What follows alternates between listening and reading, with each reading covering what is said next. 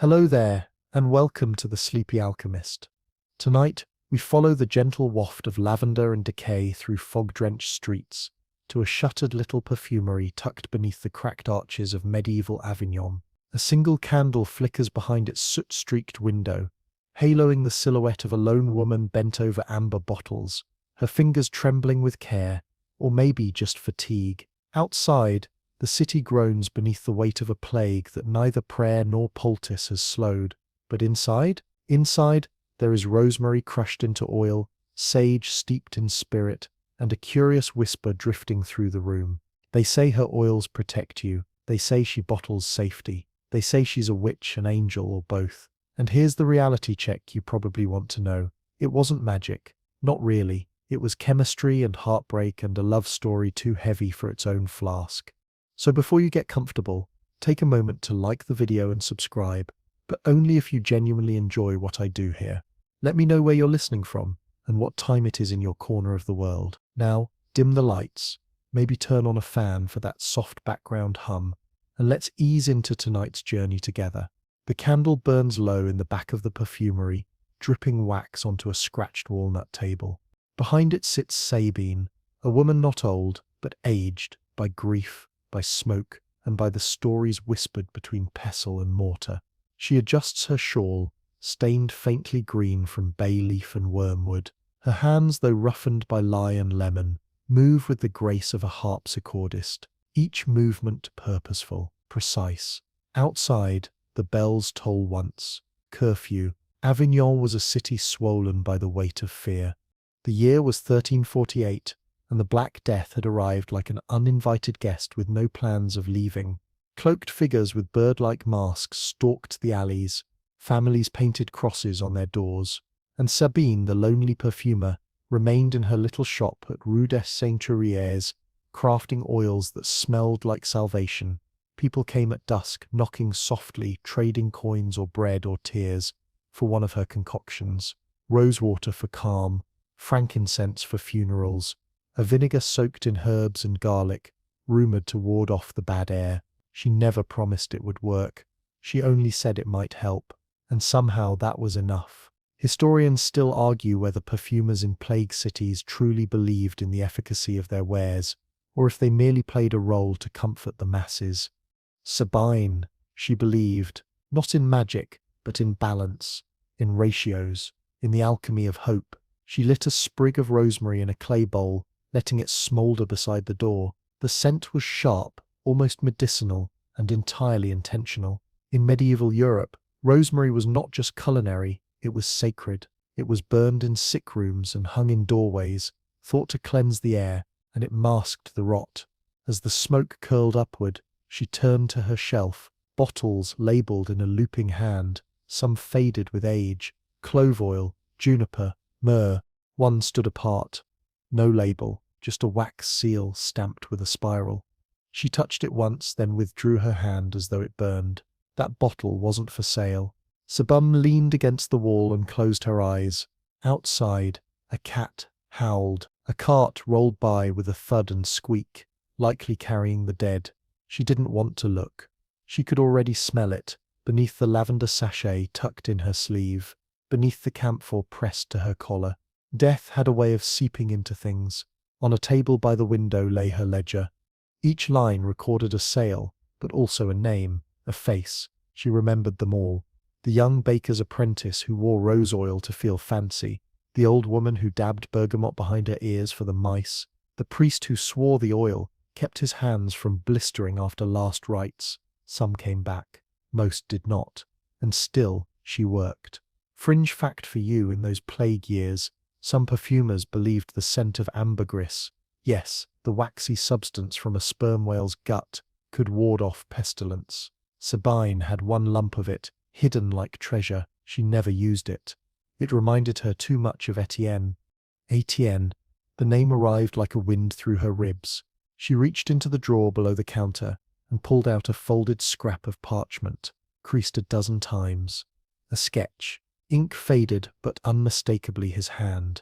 A sprig of yarrow, carefully drawn, labelled in Latin. He had been a travelling herbalist, bright-eyed, brilliant, reckless. She'd loved him the way young people do with everything. He had taught her the language of plants, and she had shown him how scent could make memory linger.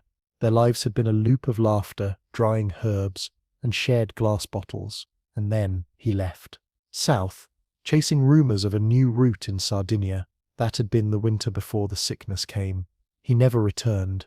The bottle with the spiral seal had been the last thing he made in her presence, a blend of his own design, unfinished, the formula only half written, the scent elusive. She had tried over the years to finish it, to capture what he meant to say with sandalwood and sage, but she never quite could.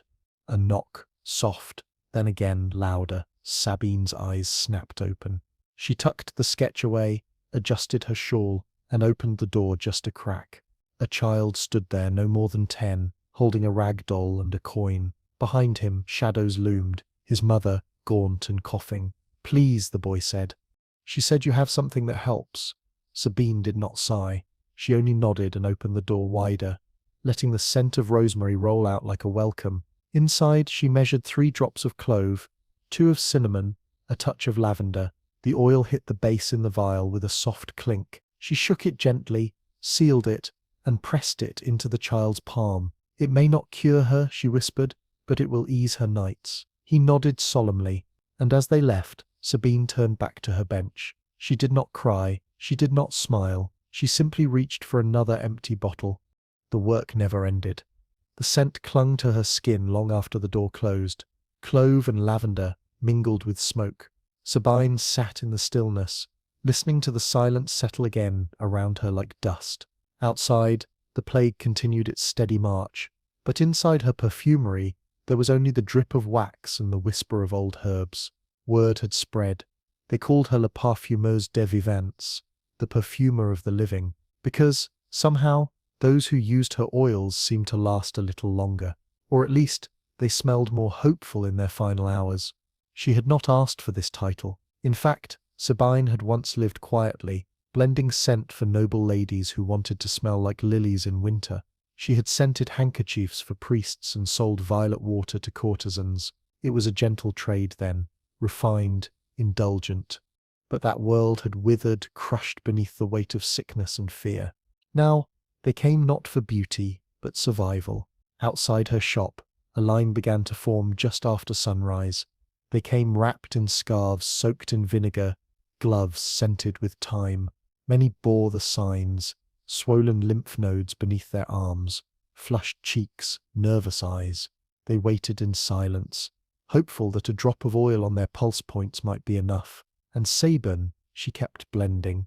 She worked with a kind of methodical intensity that bordered on trance. Bay leaf for strength, juniper for the lungs, myrrh for purification. She adjusted ratios like a composer rearranging notes, always chasing that elusive chord that might keep death at bay. One man brought her a gold ring in exchange for a small vial of the one with rosemary. Another gave her a live chicken, which now pecked idly in her back alley, blissfully unaware of its bartered fate. She never turned anyone away completely. Sometimes she accepted bread or cloth or even a lullaby, hummed by a girl too young to understand why her sister no longer woke up. Sabine often wondered if her mixtures truly worked, or if people simply clung to the act of doing something, of dabbing oil on a kerchief and believing. Historians still argue whether aromatics had any measurable effect during the Black Death.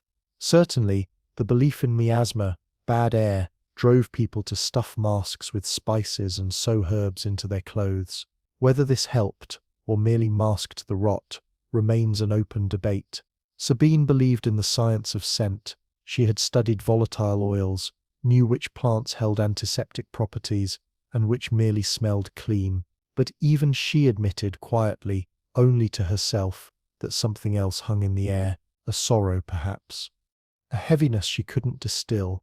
The shop's front window was darkened by soot and dust, but light still filtered in enough to silhouette the next visitor, a woman with a scarf wrapped tightly around her face, holding a bundle in cloth. Sabine unlocked the door. The woman stepped in without speaking, placing the bundle gently on the counter. It was a length of linen, stained at one end with something pale yellow and reeking of sweat.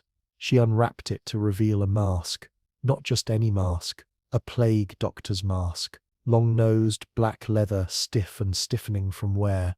The woman peeled it open carefully and looked Sabine in the eyes. "It belonged to my husband," she said. "He didn't make it." Sabine nodded, unsure what she was being asked. The woman continued, "I want you to cleanse it, so I can bury him with it." A soft hush passed through the room.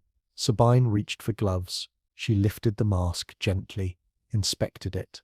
Inside, dried orange peels and crumbling mint leaves had long since lost their scent. She nodded once. "I'll make something," she said. That night, Sabine crafted a blend of rosemary, lemon balm, and white camphor. The combination stung her nose and eyes as she heated it, but it cut through the stink. She wiped the leather with a cloth soaked in the mixture, then left the mask to rest near a bowl of star anise. By morning the woman returned, and the mask, though still weathered, smelled faintly of citrus and clarity. The woman didn't cry. She just said, "Thank you," and left. Quirky fact, some plague doctors did indeed wear long-beaked masks, but what many don't know is that those beaks were often stuffed with dried flowers, cinnamon, or even sweet wine-soaked sponges. One Venetian doctor supposedly insisted on marjoram and peppermint alone, believing they opened holy breathways. Whether that helped, well, you can guess. Sabine returned to her workbench. She had run low on rose oil again, a precious substance made from thousands of petals, usually imported from Damascus. But with trade routes disrupted, she had to make do with her own garden, plucking petals by hand at dawn and soaking them in almond oil under cheesecloth. It was a slow process, painstaking, like so much of her work, but she knew that even the smallest scent could carry a weight of memory. A dying mother would dab rose oil on her baby's blanket, hoping the child would remember. A soldier heading to the quarantine camp would breathe in vetiver before he left, telling himself he could still feel the earth beneath him. Sabine had no child, no soldier, no family left to send oil to, but she had scent, and scent, unlike people, stayed. Late that night, after the line had dispersed and the shutters were drawn, Sabine pulled out her personal journal, not the ledger, not the ingredient list. This one had only blank pages and one word written inside the front cover, Etienne. She opened to the middle, where the ink smudged and ran from an old spill of yarrow tincture. Her handwriting was tighter here, more desperate. She had written something weeks ago, maybe longer. "If I can find the right combination, the one he always spoke of, the scent that binds the body to memory, I can keep him alive, somewhere." She closed the book and pressed it to her chest. Somewhere, a bell tolled, then another. The city was morning again, and yet her shop still stood. Inside, the scent of rosemary lingered in the beams, in the wood, in her very breath. Sabine did not sleep. She simply began mixing another vial. The scent of rosemary had woven itself into her very skin, a second soul that followed Sabine through her days and nights. But tonight, it was overshadowed by something older, something more mournful. The lavender was back, full-bodied, powdery and nostalgic, like a memory you hadn't asked to relive, but couldn't help inhaling anyway. Sabine sat at her bench, elbow deep in vials and paper scraps, her fingers ink-stained and trembling. On the table before her lay a single dried sprig of mugwort and a half-written formula in Etienne's unmistakable hand. She traced the letters like they were a prayer. Etienne had been a travelling herbalist, yes, but also a bit of a show-off. His leather satchel had clanked with dried roots and glass jars wherever he walked. He spoke 5 languages badly and sang in 3, and when he talked about plants, it wasn't academic, it was sensual. He could describe the scent of crushed basil in such a way that Sabine blushed, even if it was just the basil. Their love had begun in the alley behind an apothecary's stall, trading insults about clove oil and mocking the monks who swore saffron could cure melancholy. She'd been skeptical of him, until he pulled a tiny vial from his coat, held it beneath her nose and whispered, "Smell this. Guess what's in it?" She couldn't, because it wasn't one note. It was 10, layered, harmonized, brilliant. He'd blended it, he said, from memory. His mother's perfume, recreated after a fire burned her portrait and everything she owned. The only thing he had left of her was what lingered in the folds of a scarf, and he rebuilt it. From scent alone, that's when she fell in love with him, and his madness. Tonight, she missed him more than usual. She unfolded another letter, never sent, never meant to be. My dearest A, it began. I made the blend with the neroli like you said, but it doesn't sing the way yours did. Perhaps it needs your ridiculous storytelling to unlock it. She smirked at her own words, then set the paper aside. Historians still argue whether herbalists like Etienne were true scientists or simply charismatic guessers. Some called them healers, others glorified peddlers. He had always danced between those lines, equal parts charm and knowledge. Sabine reached for a bottle of neroli, bitter orange blossom, sharp and floral. She paired it with chamomile, then paused. Something was missing. She pulled out her old recipe book. Its spine cracked and sighed. Pages fluttered, heavy with notes and blotches. Her eyes scanned a margin scribble in her own hurried hand. He said it needed sorrow, something to ground it. What had he meant by that? A knock startled her. It was well past curfew. No one knocked after sunset unless desperate or dying. She approached the door cautiously, oil burner in one hand, and cracked it just enough to see a face she hadn't expected. Rue, a boy no older than 16, reeking of sweat and street mischief, a former apprentice turned messenger turned minor thief. She had paid him once with mint water to deliver a tincture across the Rhone. He'd started bringing her gossip ever since. Tonight, his lip was split. I didn't come to bleed on your floor, he said quickly. I brought something. She stepped back, allowing him inside. He dropped a satchel on her table and pulled out a bound bundle of parchment tied with red thread. Came from Marseille, he said. The herbalist circle down there. They've been passing notes. Recipes. One had your name scratched in the margin. Sabine's hands were already untying the thread. The first few pages were familiar, typical plague blends, heavy on garlic and rue, but page 5 made her breath catch. There in shaky script was a recipe that began with bergamot, aged over wormwood, just like Etienne's notes. Her fingers traced the lines. Someone had tried to finish his work. There's more, Rue said. Quieter now. Word is, someone down south saw him, months ago. He was heading inland, sick, but still walking. Sabine looked up sharply. No one survives that long with the plague, she said. Unless they weren't dying of plague, Rue said. Maybe just a broken heart. She didn't reply. She gave him a half loaf of spiced bread, and he left without another word. Alone again, Sabine stared at the recipe. It wasn't complete. Ratios were missing. But there, between the notes, she saw the bones of it. Her breath quickened. Quirky fact, in medieval perfumery, wormwood was used not just for its bitter scent, but because it was believed to ward off evil spirits, oddly, discourage fleas. Sabine had always found the idea charmingly practical, perfume as pest control. She began mixing. First the bergamot, sharp and citrus, then wormwood, bitter and earthy.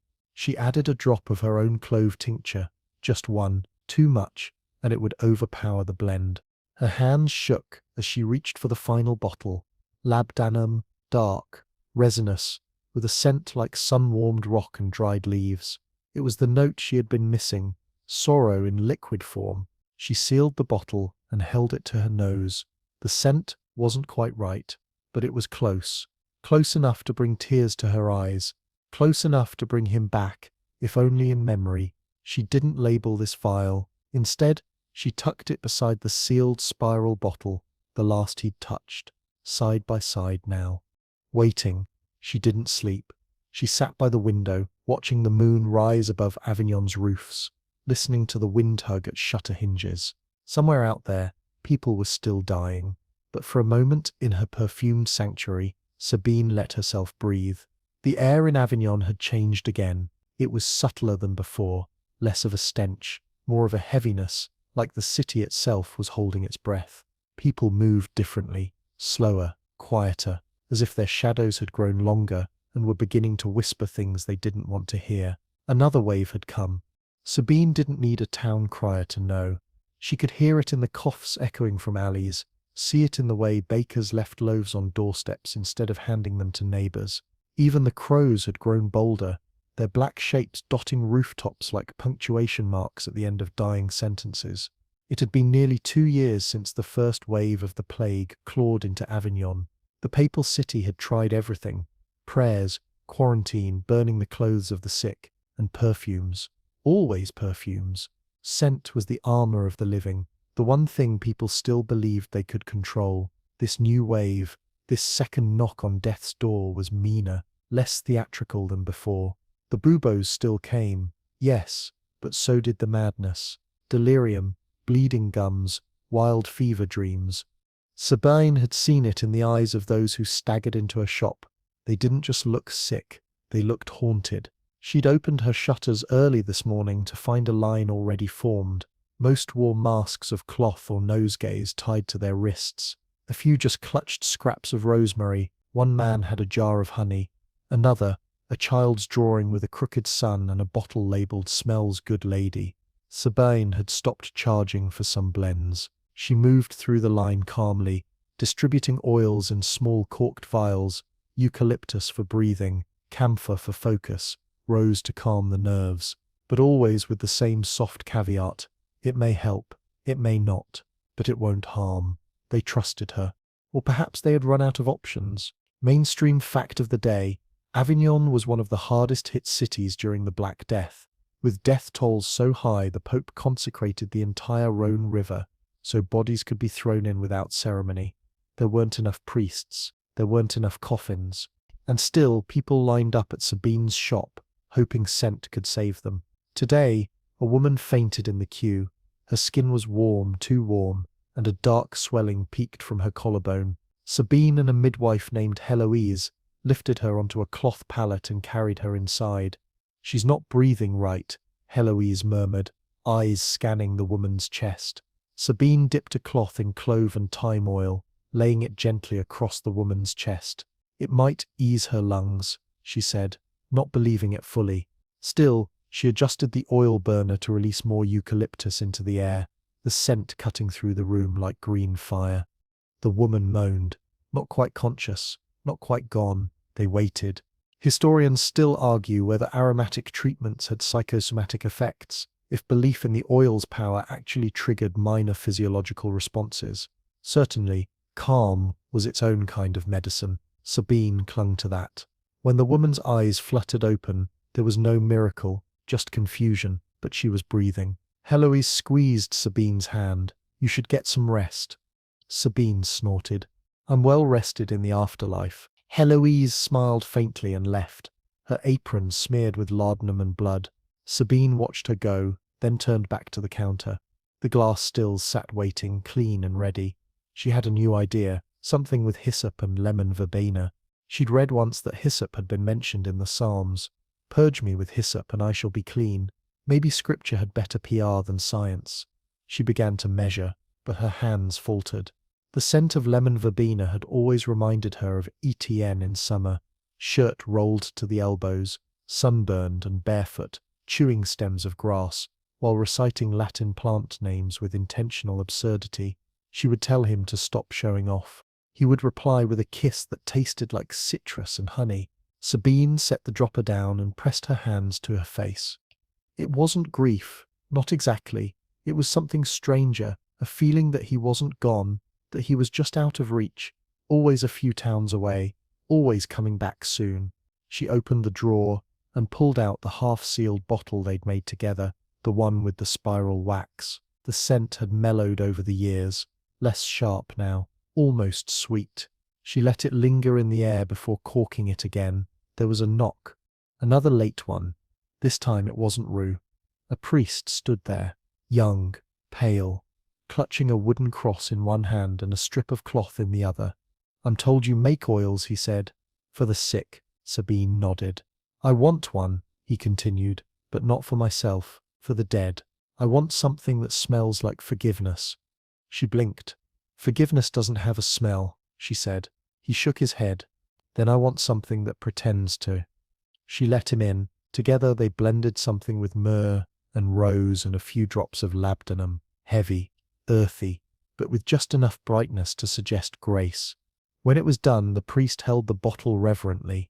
"May I pay you?" he asked. She waved him off. "Just remember the scent." As he left, she leaned against the doorframe and watched the street. The city looked greyer than usual. Less of a city, more of a ghost that hadn't figured out it was dead yet. Quirky fact for you. In 14th century perfumery, it wasn't uncommon to create bespoke scents for the dying, what some called transitional perfumes. They were believed to ease the soul's passage, though skeptics claimed it was mostly to make the dying less unbearable to be around. Sabine didn't believe in heaven, but she did believe in comfort. And scent, she knew, had the power to outlast pain. Just barely. She returned to her bench. She still had 2 more orders to fill before morning, and one of them was for a little girl who'd written "smells like magic" on a scrap of linen and left it in her shop's letter slot. So yes, the plague had returned, but so had the need to keep breathing, and that for Sabine was reason enough to keep mixing. There were letters she'd never mailed, a bundle of them, tied in plain twine, hidden beneath a false floorboard under the still-room bench. Sabine kept them not out of hope. Hope had long soured into something quieter, but out of obligation, because once she'd promised Etienne that if he ever wandered too far, she would write him back into the world. She had written him back all right. 1 letter for every month since he disappeared. Some angry, some weeping, others clinical in their precision. Formulas, weather reports, the cost of cloves at market. She imagined him reading them by a fire somewhere, amused or unimpressed, maybe rolling his eyes at her handwriting like he used to. That morning, she pulled them out. Dust drifted from the edges as she untied the knot. The pages curled at the corners, blotched with oil, and the occasional petal pressed flat between the folds. She leafed through them, not to reread, but to remember.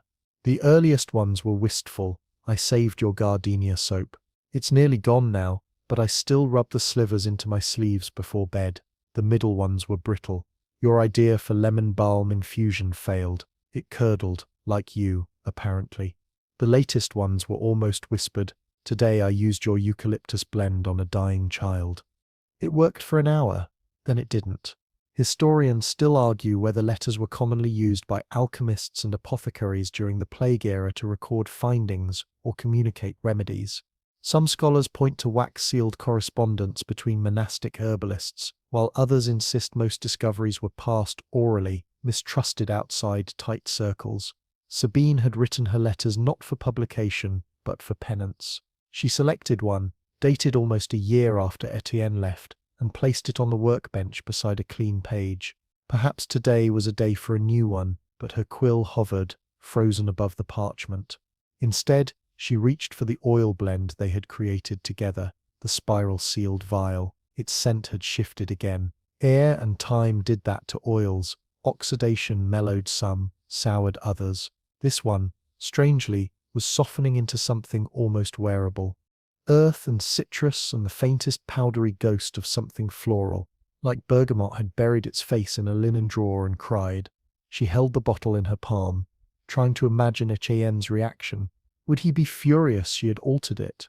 Would he have even remembered the exact formula? Or had he moved on, tinkering in a different town, scenting a different woman's skin with rosemary and lies? She laughed, just once. It startled her. Then she lit a coal under her small alembic still, poured in a base of alcohol steeped with petals, and began distilling something new. If she couldn't send him her words, maybe she could send him scent, a ghost through glass. She would recreate the perfume in her letters. A scent for each memory. The door creaked open. Sabine startled. She hadn't heard footsteps. It was the boy again. Rue. He looked paler than usual. He stood in the doorway for a beat too long, then sank onto the floor with a sigh. "You weren't at the market," he said. "I was composing. I figured." He held up a ragged envelope. More news. She took it carefully. Inside were sketches, crude but familiar, distillation rigs, herb pressings, a tiny symbol in the corner that looked like a stylized crow, Etienne's old sigil. "There's talk of a woman who saw him, near Toulouse," Rue said. But Sabine didn't look up. But what? He was coughing. They say he had tremors. She nodded slowly. That could mean plague. It could mean anything. If he'd survived this long, maybe he hadn't caught it, or maybe it was the last flicker before the end. She thanked Rue with a half-eaten quince tart and a vial of mint oil for his headaches. He lingered. "You think he's still alive?" Sabine didn't answer. After he left, she sat in silence for a while, then took up a pen and started writing again, but this time, not to Etienne, to herself. "If he is alive, and I find him, what then? Will I forgive him? Will I hate him? Will I still know the shape of his voice?" She set the letter aside unfinished. Quirky fact: some medieval perfumers used letters themselves as scent vessels. They dabbed perfume on parchment corners, sealing secrets into scent. Lovers exchanged them, so did spies, and once, a queen allegedly used a scented note to test whether her suitor recognized the blend she wore behind her ear. Sabine pressed a drop of her newest blend onto the corner of her letter, a mix of rue, basil, and crushed marigold. Bittersweet. She liked the irony. Later that night, she climbed the attic. It wasn't really an attic, more of a crawl space above the shop rafters, but it held what little she couldn't bear to part with: dried herbs, broken beakers, a scarf Etienne had left behind, still faintly bearing the scent of tobacco and crushed thyme. She held it to her face. Nothing, and yet everything. She didn't cry. Not tonight. Instead, she wrapped the scarf around a bundle of unsent letters and tucked them deep into the attic shadows. Then she returned to her still room. The blend on the burner had finished distilling. She opened the catch flask. Steam rose in curls, carrying a scent both new and achingly familiar. Fresh basil, like the hills outside Marseille, and something darker beneath, an old sadness. Maybe even forgiveness. Sabine poured it into a new bottle. "This one," she labelled, "for what I cannot say aloud." The rumour drifted into her shop like incense smoke, sweet at first, but quick to sting the eyes. "They say it came from the Four Thieves," said an old butcher's wife, breath fogging up her lavender-sprigged kerchief. "That vinegar blend cured a whole village, supposedly. No deaths, not one." Sabine didn't answer. She handed over the woman's usual tincture, eucalyptus and pine resin, diluted in white spirits. The woman slipped a coin onto the table and left without another word. The Four Thieves. She'd heard the story 100 times in 100 versions. In some, the thieves were brothers. In others, apothecaries turned grave robbers. They wore masks soaked in their secret vinegar and supposedly stole from the infected without ever falling ill. Sabine knew the blend: clove, garlic, rosemary, thyme, and vinegar. Strong enough to make your eyes water and your nose rebel. She even stocked her own version in a heavy, corked jug behind the rosemary tinctures, labelled folk remedy, used sparingly, but she didn't sell it often, because despite its fame, Sabine didn't trust legends that refused to rot. Stories that lived too long often had the scent of lies. Historians still argue about the origins of the Four Thieves vinegar. Some claim it was invented post-plague, retroactively branded with mythic bravado. Others say it existed in crude form, a common hedge witch brew elevated by clever marketing and a macabre origin story. No records definitively prove that four men actually used the stuff to rob the dead, and yet the recipe spread like wildfire. That week, everyone asked for it. "Do you have the real one?" A merchant hissed through the shutters one evening. "The exact vinegar, the one the thieves used." Sabine replied without looking up. "Are you planning to rob the sick, or just afraid to die like them?" He left without buying anything. She couldn't keep up with demand. Not for the vinegar blend, and not for the stories people wanted to believe. In a world crumbling under the weight of pestilence, any legend with teeth and survivors became gospel, so she began making it again. Reluctantly, she soaked garlic cloves in red wine vinegar until they went soft and angry-smelling. She added fresh rosemary, thyme, and a touch of sage, not in the classic recipe, but she found it mellowed the astringency. Into each bottle, she placed a scrap of waxed linen for dabbing under masks or on sleeves, but she labelled them, truthfully, traditional vinegar blend, no promises.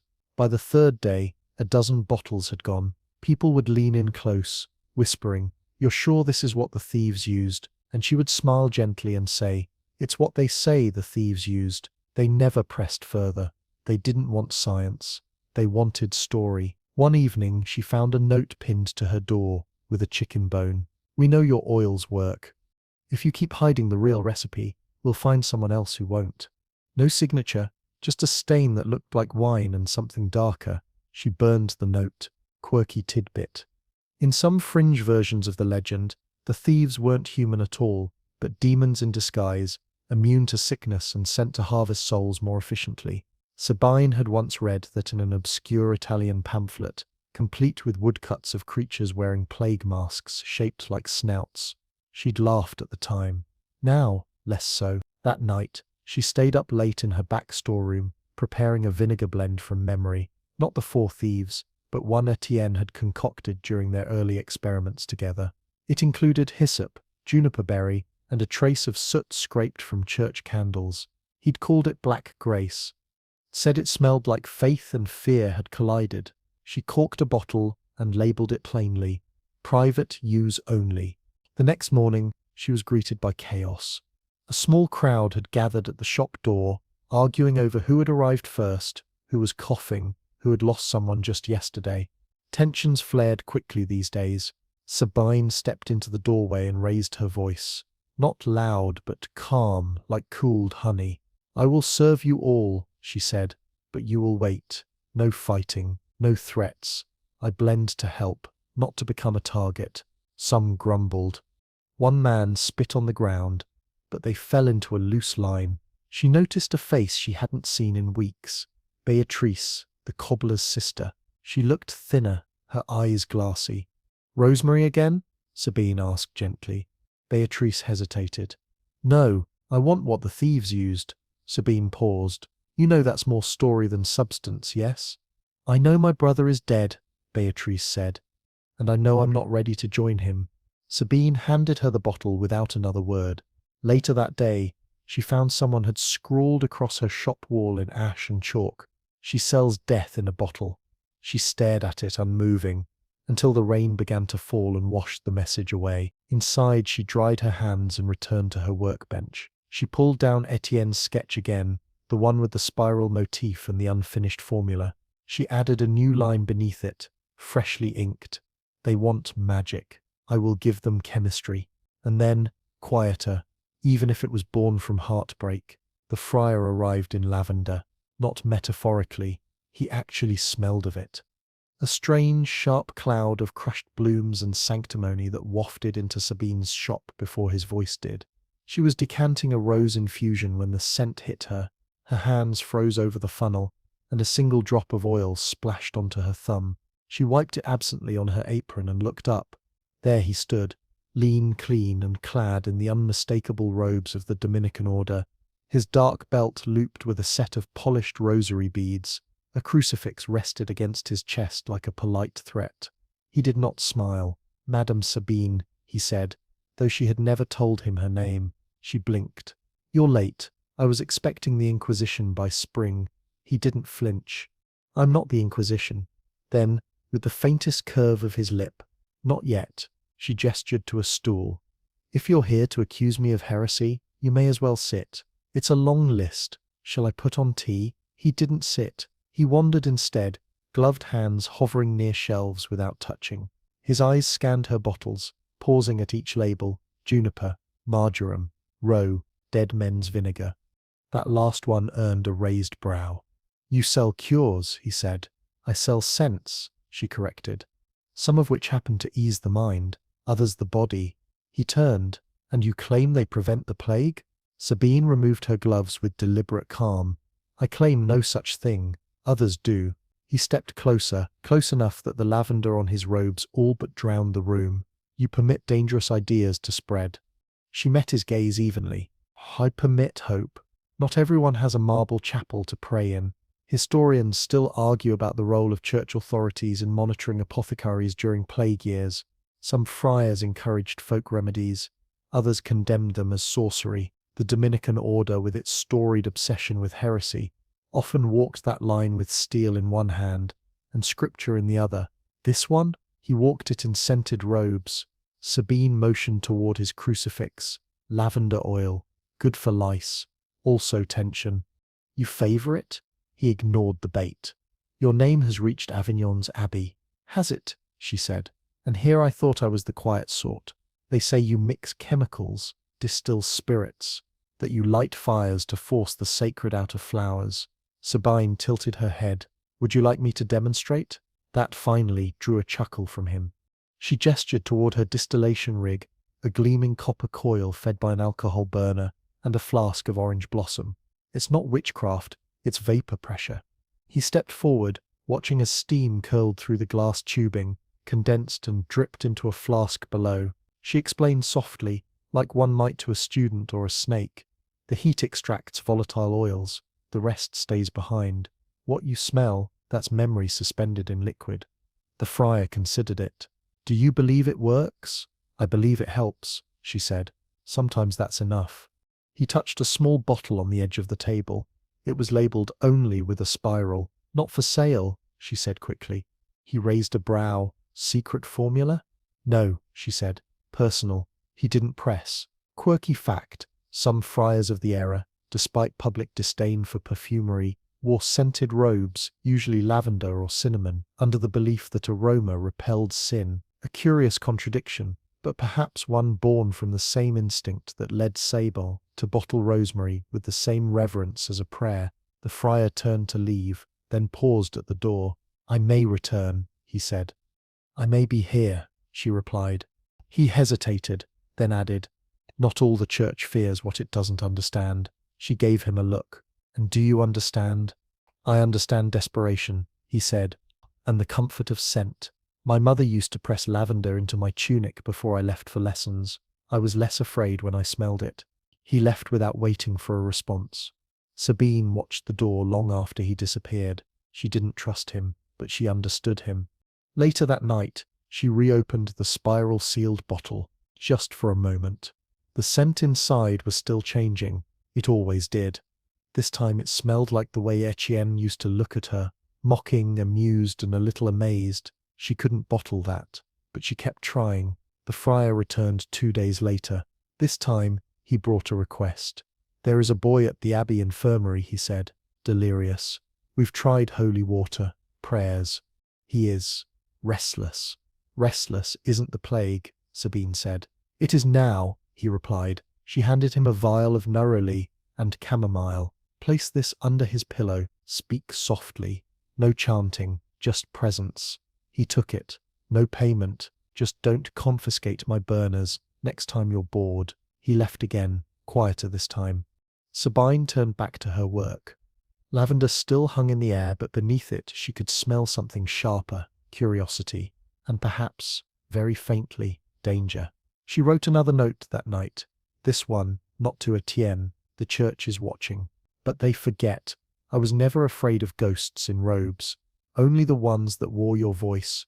She could no longer sleep. Not really. Rest came in scraps now. Fragments of silence snatched between dreams steeped in rosemary and regret. Sabine would doze in the chair by the still room fire, a blanket pulled over her knees, only to wake from the same echo every time. His voice, just outside the door, saying her name and nothing more. It never came. So she worked. Nights had become her sacred time. When the city was quiet, when the coughing stopped, and even the rats were still, she would light 2 lamps, one above the mortar, one by the glass pipettes, and begin her rituals like a monk of chemistry.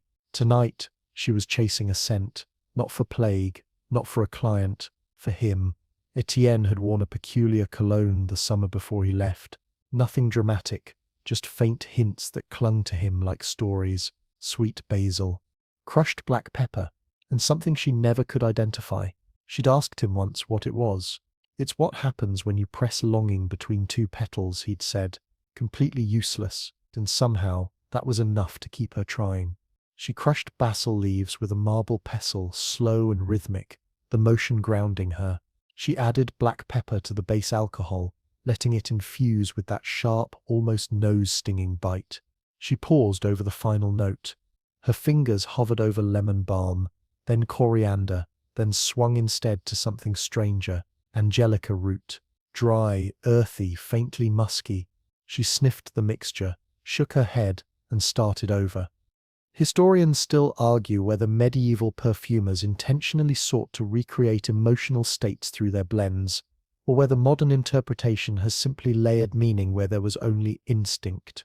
Regardless, Sabine knew the truth. Certain combinations could open wounds or heal them. She remembered the first time she'd smelled Etienne's blend. They had been travelling together, well, trespassing technically, through the abandoned herbal gardens of a ruined nunnery outside Nîmes. He'd climbed the gate. She'd followed with equal parts exasperation and admiration.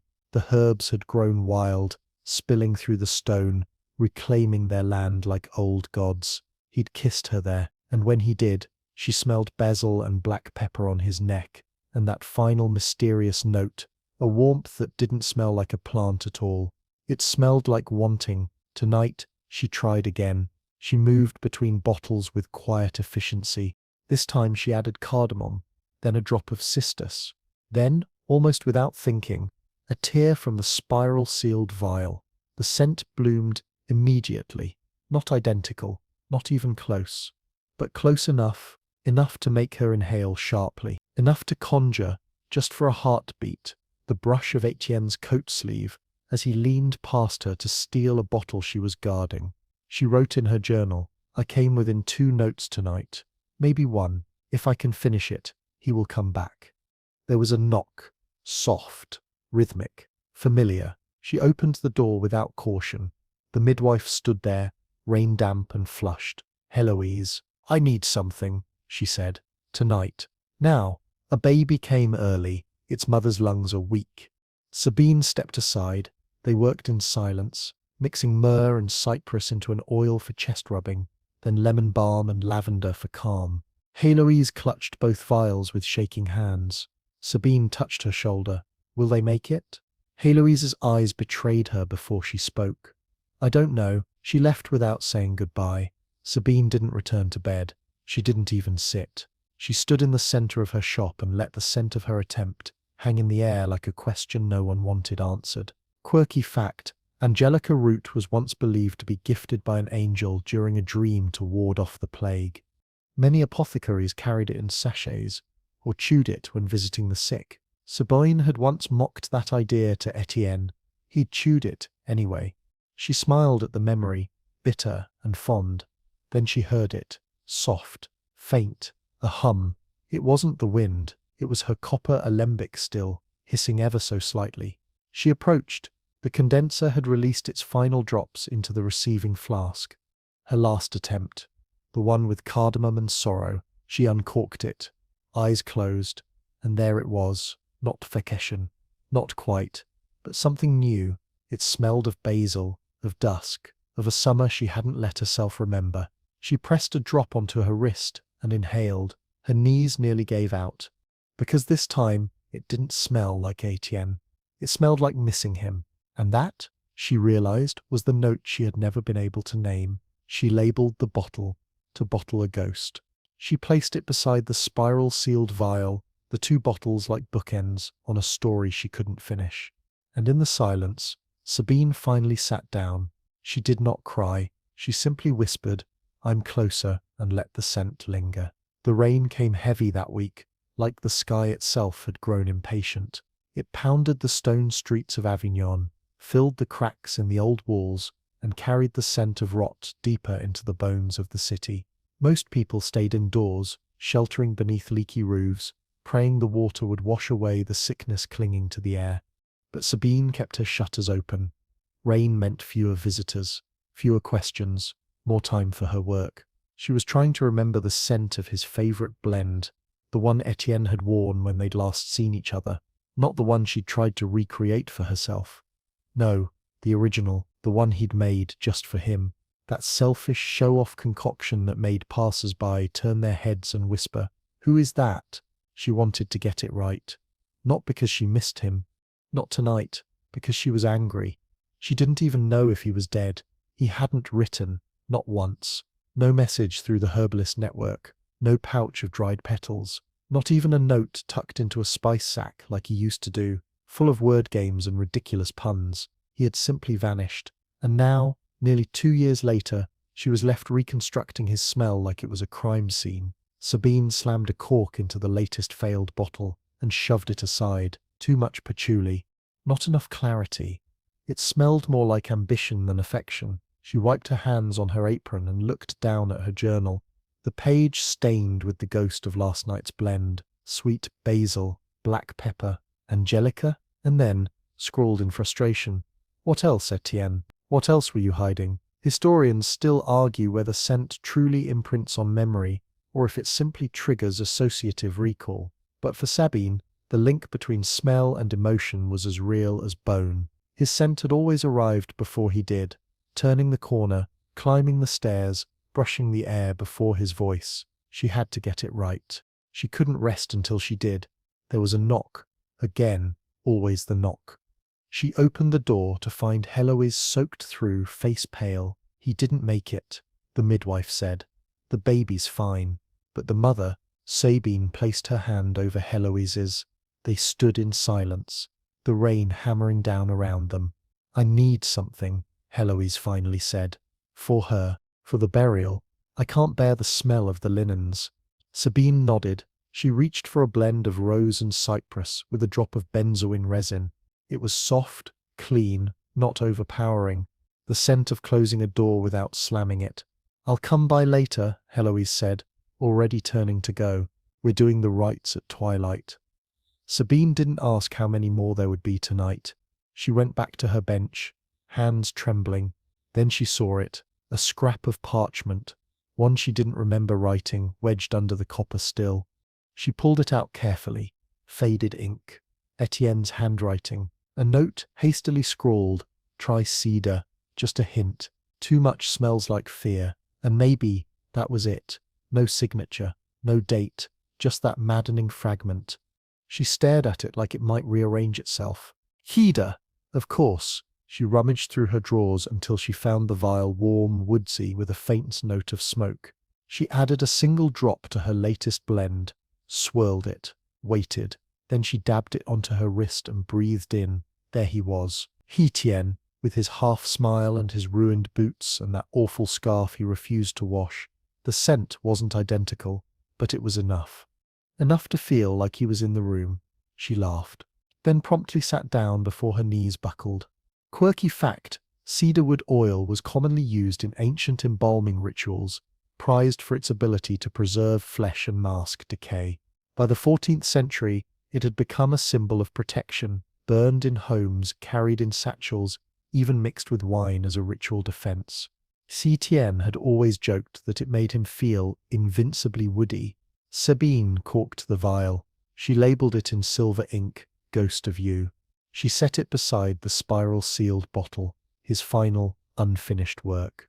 For a moment the two stood together, as if greeting each other across time. She touched both gently, and then she heard something.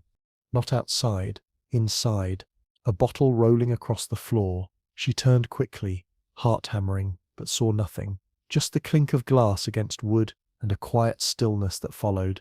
She walked the shop slowly, eyes searching the shadows. Nothing out of place. No open windows. No draught. Only the faint scent of cedar hanging in the air, warm and lingering, like someone had just left the room. She didn't speak. She didn't need to. Some ghosts didn't haunt with rattling chains. Some came in scent, and stayed. The fever came on gently. Sabine didn't notice it at first, just the way her hands trembled when she held the pipette, or how the glass bottles felt unusually warm. She blamed the weather, the stress, the skipped meal. It wasn't until she tried to recite the Latin name for valerian and got stuck halfway through, Valeriana officina, a fee, that she realized something was wrong. She sat down, slowly, as though any quick motion might shatter her. Her knees ached, her breath came shallow. The fever had found her. For someone who'd spent years crafting scents to shield others from the plague, she'd always told herself she would know when it came for her. There would be some dramatic moment, coughing blood perhaps, or a sudden collapse in the street. But instead, it came like sleep, gradual, coaxing, inevitable. Sabine stumbled to her cot in the back room, dragging a sachet of thyme and peppermint with her. She tucked it into the fold of her scarf and lay down fully dressed, boots and all. The room spun. She closed her eyes and slipped into dreams that didn't feel like dreams at all. In them, she was in Etienne's arms, but he didn't look the way she remembered. His eyes were too pale, his hands too cold. He smelled like vinegar and cloves, and when he opened his mouth to speak, only steam came out. She woke sweating. Daylight was bleeding through the shutters in thin lines. Her skin burned beneath her clothes, and her heart pounded like a pestle in a mortar. She reached for the bottle she kept beside the bed. Not water, not wine. A tincture, wormwood, mint, and alcohol. She downed it in 2 swallows and waited for the burn to reach her stomach. It did, barely. Historians still argue what exactly caused the variations in symptoms among plague victims. Some succumbed within a day, others lingered for a week. Pneumonic, bubonic, septicemic, all terrifying, all unpredictable. And sometimes, a fever was just a fever. But try convincing anyone of that in 1349. Sabine dragged herself to the window. The street outside was quieter than usual. Fewer carts, fewer voices. Then she noticed the red X painted on her neighbour's door across the lane. Another family gone. She sagged against the wall, breath ragged. Her still room called to her like a half-remembered song. She made it there slowly, hand to the stone wall for balance. She lit the burner, poured the last of the neroli infusion into the dish, and let the heat pull the scent into the room. It helped. A little, not enough. She needed something stronger. She rifled through her reserves. Angelica, rue, camphor, but nothing felt right.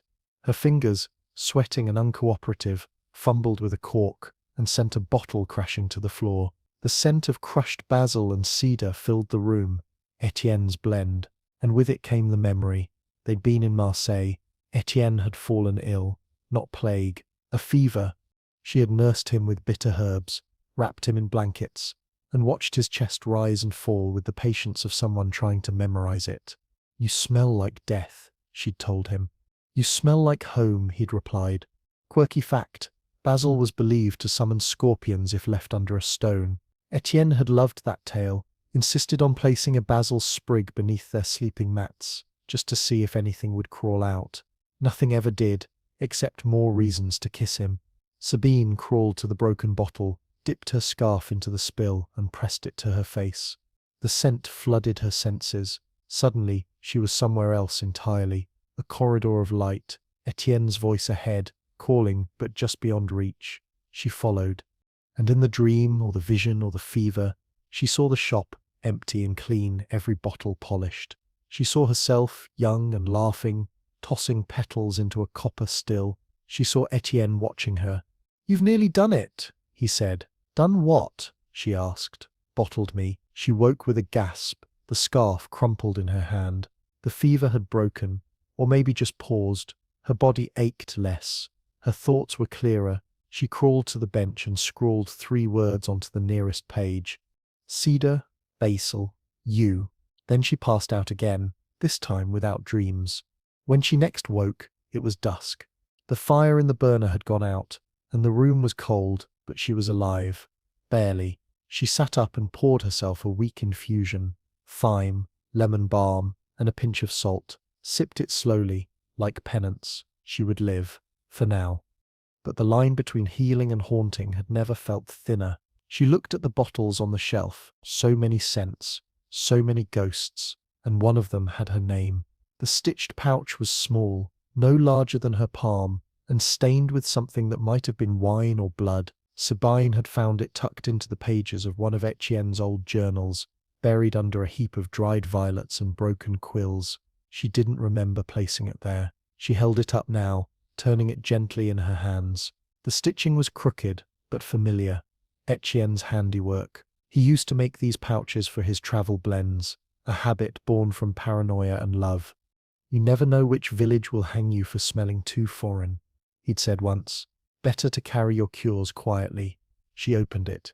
Inside, a folded piece of vellum, yellowed, creased, ink smeared by damp fingers or tears. Sabine smoothed it across the table and read the first line. "If I don't make it to Toulouse, follow the rosemary." She blinked. A map, of sorts. Not drawn to scale, and barely legible, but unmistakably his messy arrows, cryptic notes beside river bends, and tiny drawings of herbs instead of towns. There was a sprig of rosemary near a mountain pass, a juniper cone by the sea, a small snail beside a crooked cross, labelled Marianne Knows. Sabine traced the line with her finger. It wasn't a travel map, it was a scent map. Of course it was. She smiled despite herself. Only you would make directions smellable, she whispered. The route meandered southeast, through Languedoc, winding toward the Pyrenees. At least 3 of the villages had since been wiped out by plague. Others might never have existed in the first place. But one name stood out, Abbaye Sainte-Croix. She hadn't thought of it in years. A crumbling abbey perched on the edge of a cliff, once home to a small order of nuns who grew healing herbs and kept bees. Etienne had spoken of it often. He'd said the honey there could heal a wound faster than any poultice. She folded the map, tucked it into her journal, and sat back in the quiet. He'd been trying to finish something. A cure? A scent? A message? She wasn't sure. Historians still argue whether alchemists of the time truly travelled for research, or if such quests were romanticized after their deaths. Certainly, many herbalists kept extensive notes and strange maps, but few stitched directions into pouches lined with yarrow. Sabine rose from the table and gathered her things. If she was going to follow his trail, she needed more than oil and memory. First, she would need to speak with someone who remembered the terrain, someone who knew the old abbeys, someone who wouldn't ask questions. She lit a stick of myrrh incense and placed it in the window. A signal. By nightfall, a knock came. 2 short, 1 long. He slipped inside like a shadow and eyed the parchment in her hand. You found something. I need information, she said. Fast. He raised a brow. And what's in it for me? She handed him a small vial. The ghost blend. You've been curious. His eyes widened. The one with the cedar. She nodded. He uncorked it and inhaled, then blinked hard. It smells like memory. Exactly, she said. Now, the abbey? Rue whistled. That's a hike. Nothing left up there but moss and regret. Did anyone survive? She asked. Maybe a handful, he said. A beekeeper. A nun who didn't die but probably wanted to. 1 or 2 hermits. And Marianne. Rue tilted his head. The healer. She moved north after the collapse. Took up with the midwives near Albi, I think. Why? She may have known Etienne. You're planning to leave the city. I need to follow the trail, she said simply. Why now? He asked. Because I think he was trying to warn me, she said, and I might be the only one left who understands what he was trying to say. Rue nodded slowly. You'll need protection. I'll need silence more, she replied. Still, he left with a promise to gather supplies. A donkey, perhaps. Maps. Water. News from the midwives. Sabine returned to her bench. She unwrapped the spiral-sealed bottle and held it against her cheek. You made this just before you left, she murmured. Were you trying to say goodbye, or did you think you'd be back? She took a drop and dabbed it onto a new page in her journal. Then she began writing a list. Rue oil, rosemary tincture, dried lavender bundles and travelling burner. Etienne's map. The vial labelled Ghost of You, and at the bottom find Marianne. Ask about snail symbol. Quirky fact. In parts of medieval France, snails were believed to cure everything from ulcers to heartbreak when ground with sage and applied to the skin. Etienne had insisted it was symbolic.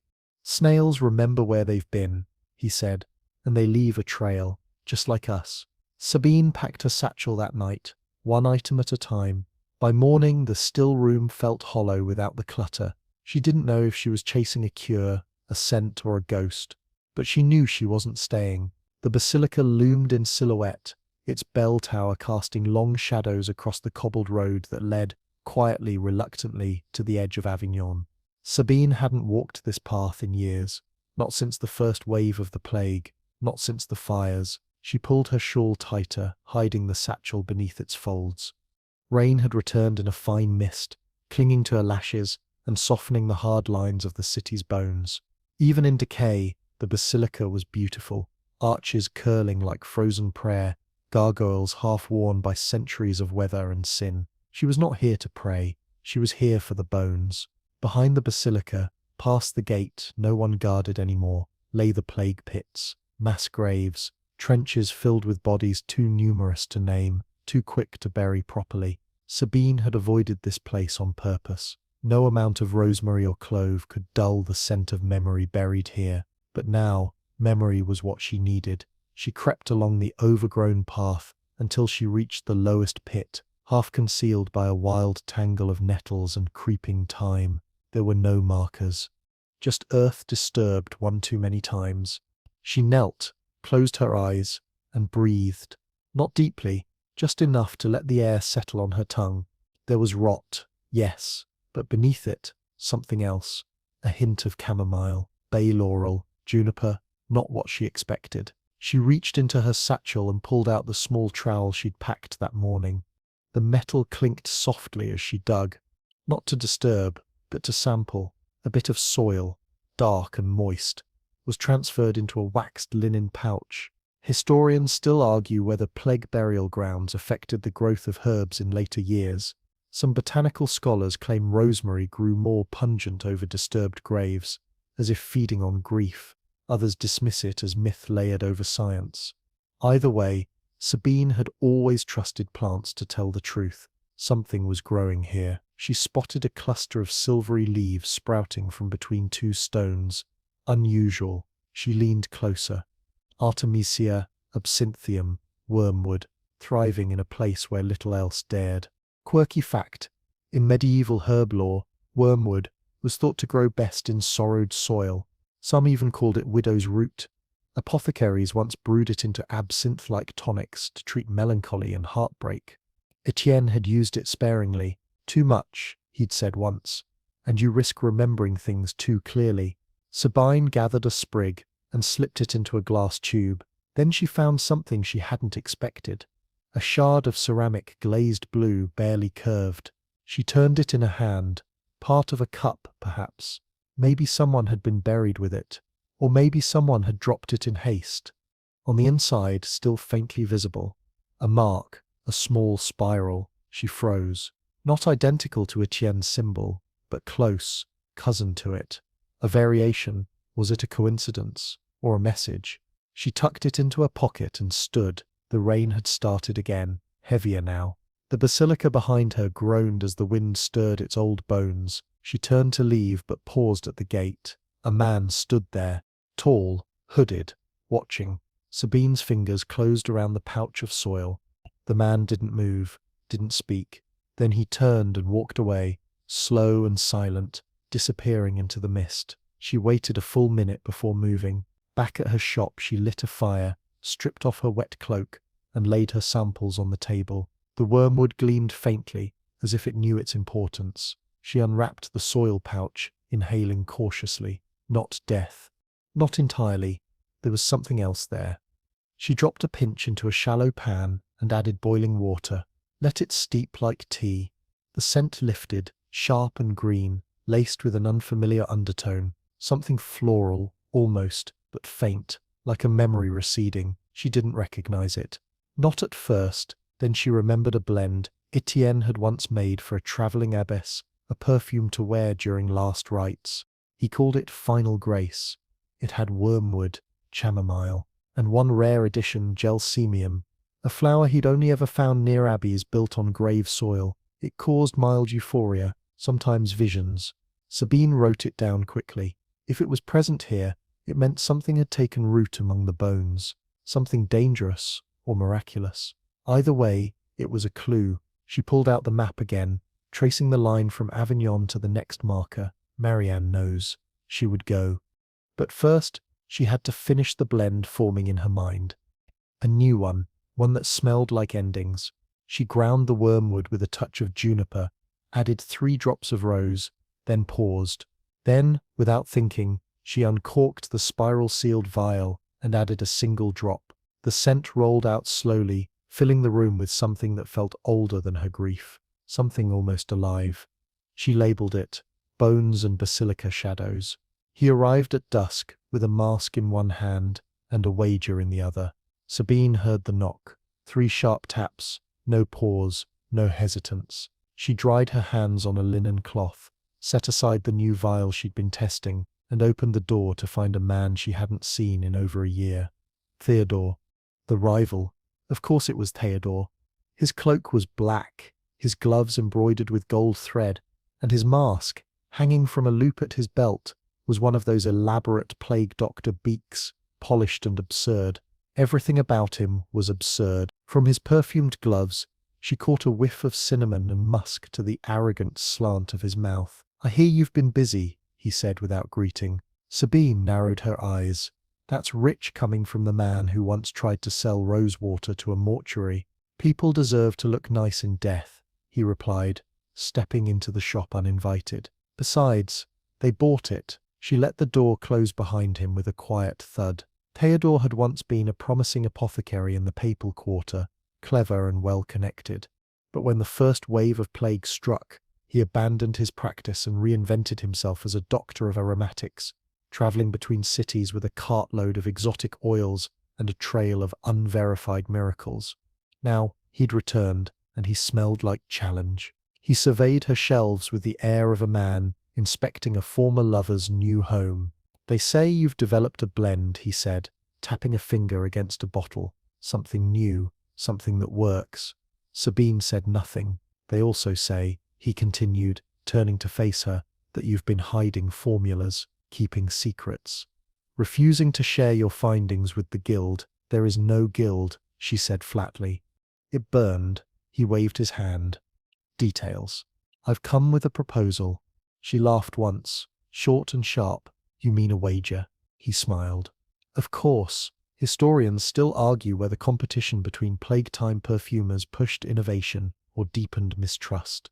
What's known is that in cities like Avignon and Toulouse, rival apothecaries often accused each other of sorcery, or worse, withholding potential cures from the dying. Some duels were fought not with swords, but with scent. Sabine crossed her arms. "What are the terms?" Theodore reached into his coat and withdrew a vial sealed with green wax.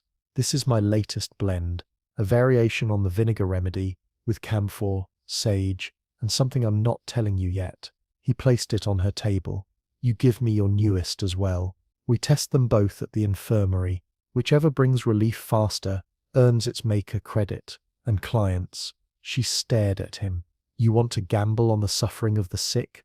"I want to find what works," he said too smoothly. "And if neither works, then we both lose," he said. "But at least, honestly." She reached behind her and plucked up a corked bottle from her bench. It was one of her recent trials: juniper, marjoram, labdanum, and a single drop of her spiral-sealed base. It wasn't finished, but it was potent. She set it beside his. "Deal," she said. Theodore bowed mockingly. "I'll send word to the infirmary," he said, "and return tomorrow. Be ready." He turned to leave, but paused at the door.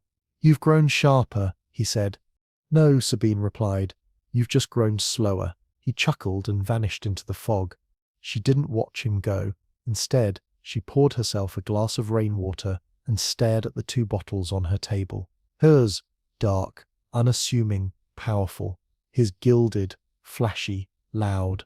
It was never about healing for Theodore. It was about winning. Quirky fact.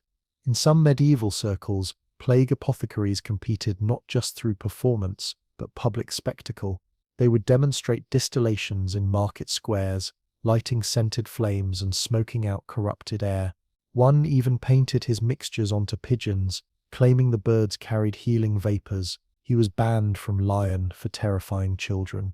Sabine sat down at her bench and reopened her journal. She drew two small circles side by side and labeled them. Cell sign means spiral base. Balanced. Cell sign means unbalanced. Boasts camphor. She scrawled notes quickly, too quickly. Her hands were still shaking from the idea that someone might steal what she had built from grief, from love. She turned to a fresh page. "If he were here," she wrote, "he'd laugh at this. Offer to poison Theodore's shoes with valerian and claim it was justice." She allowed herself a smile. Then Rue burst in. "You're not going to like this," he said, breathless. "Theodore? He's been telling people your oils cause the fever, that you've been bottling death." Sabine blinked, and Rue added, "He says he is proof." She didn't ask what kind. Proof was rarely real in these times, just well-perfumed lies. She stood. If Theodore wanted a battle, he would get one. But not in a square, or before a crowd. He would lose where it mattered, in scent. She poured another vial, this one cleaner, sharper, eucalyptus, clove, a touch of cedar, labeled it simply, for the infirmary, for truth. And when she opened the door to the cold night, she whispered to no one, "Let the ghost choose." They called it a scandal, though Sabine found the word far too clean for what it became. A scandal involved whispers, perhaps a ruined name at court, a broken betrothal. What unfolded over the next 3 days was not scandal, it was siege. It began with smoke. Someone had set a fire in the alley behind her shop, just a small one, oil-soaked rags and scorched rosemary branches, smouldering beside the waste cart. Sabine smelled it before she saw it, that unmistakable scent of sage and soot rising like a cursed incense. By the time she reached the back door, neighbors had already gathered, not to help, but to gawk. "She's cursed the air," one muttered. "She put something in the herbs," said another. Sabine doused the flames with her rain barrel and stepped back inside without a word, but she felt the shift. The air had changed. The eyes that had once sought her remedies now watched her with suspicion, no longer la parfumeuse des vivants, but something darker. Theodore had been busy. Word spread that a man had died after using her oil, a poor stonecutter, brought into the infirmary the day after the wager. He'd used Sabine's blend, they said. His fever spiked, and he bled from the gums before dying at sundown. There was no mention that he'd arrived half dead. No mention that Theodore's blend had also been applied. Just he used hers. She sent Rue to the infirmary for the records. He came back shaking his head. "His sister said she saw you put something in the oil," he said. "Said it was black and smoky, that it hissed." "Labdanum," Sabine replied. Voice flat. "It always hisses when warmed." Well, she didn't know that. Sabine didn't sleep that night. She sat at her bench, burning different ingredients over a low flame to demonstrate their properties, testing the scent profiles as though she could argue with fire and logic. But rumors didn't care for chemistry. The next morning, someone had scratched a word into her front door with the tip of a blade, sorcier, witch. Sabine stared at it for a long time. Then she fetched a jar of rose paste and carefully filled each letter until the word vanished beneath the soft pink gloss. A small act of defiance, but she knew the tide was rising. Historians still argue whether women like Sabine, skilled with scent and science, were more likely to be accused of witchcraft simply for being effective. The church had begun to notice which healers worked better than prayers, and not everyone appreciated the implication. She needed someone to speak on her behalf, someone with authority, someone who knew. So she did something she'd never done before. She went to the midwives. The midwives' quarters lay hidden near the edge of the old cloth district, cloaked in ivy and soot. The door was painted blue, worn by time but still bright. Inside, the scent of linseed, old wool, and crushed lavender filled the air. Sabine knocked. Once. Twice, then opened the door. Heloise looked up from a mortar and nodded. "You came. I need your help," Sabine said. The room fell silent. 3 other women looked up from their work. Needles paused. Herbs stopped mid-chop. No one spoke. Sabine cleared her throat. "They're saying I killed a man. With oil." "You didn't," said Heloise. "No," Sabine agreed, "but facts are flimsy, and Theodore's made sure people remember only the scent." One of the women, older, with clouded eyes, leaned forward. "Why do you care what they say? You're leaving anyway." Sabine stiffened. "Who said I'm leaving?" "You've packed blends in travel cloth," the woman said. "Your boots are waxed. You wear cedar at your throat. Only travelers wear cedar for courage." Sabine blinked. She hadn't realized how much she'd given away. "I have to follow something," she said. "A map, a trail." "Your man," Heloise said softly. Sabine didn't answer, didn't need to. "He's already gone," said the old woman. "I know," Sabine whispered. "But I need to follow anyway." Silence again. Then Heloise stepped forward and pressed something into Sabine's hand. A small cloth packet, bound in red thread. "What is it?" Sabine asked. Your testimony, Heloise said. We three will sign it. You've saved lives, more than you know. This says so. Sabine opened the cloth. Inside, a parchment, handwritten, listing names, dozens, some crossed out, gone, but many still alive. She stared at it. This is more than I expected. Heloise nodded. It may not stop the fire, but it might keep them from lighting the match. Quirky fact, midwives were among the few professions that survived the Black Death with more credibility than before. When monks and physicians fled, the midwives stayed. They saw death, yes, but also birth. Renewal. They carried a quiet authority, and sometimes they carried each other. Sabine tucked the testimony into her satchel. Thank you, she said, voice tight. Outside, the sky darkened with the promise of another storm. As she walked back through the city, she saw eyes watching from windows, hands clutching rosemary sprigs with new suspicion. Back at the shop, the air inside had changed. Someone had broken in. Only a single thing was missing. The spiral-sealed vial. Sabine stood in the doorway, breath held, and for the first time in years, she felt fear. Not of death, but of what someone else might do with his unfinished work. She found the glass shards near the bench, glinting like a trail of betrayal.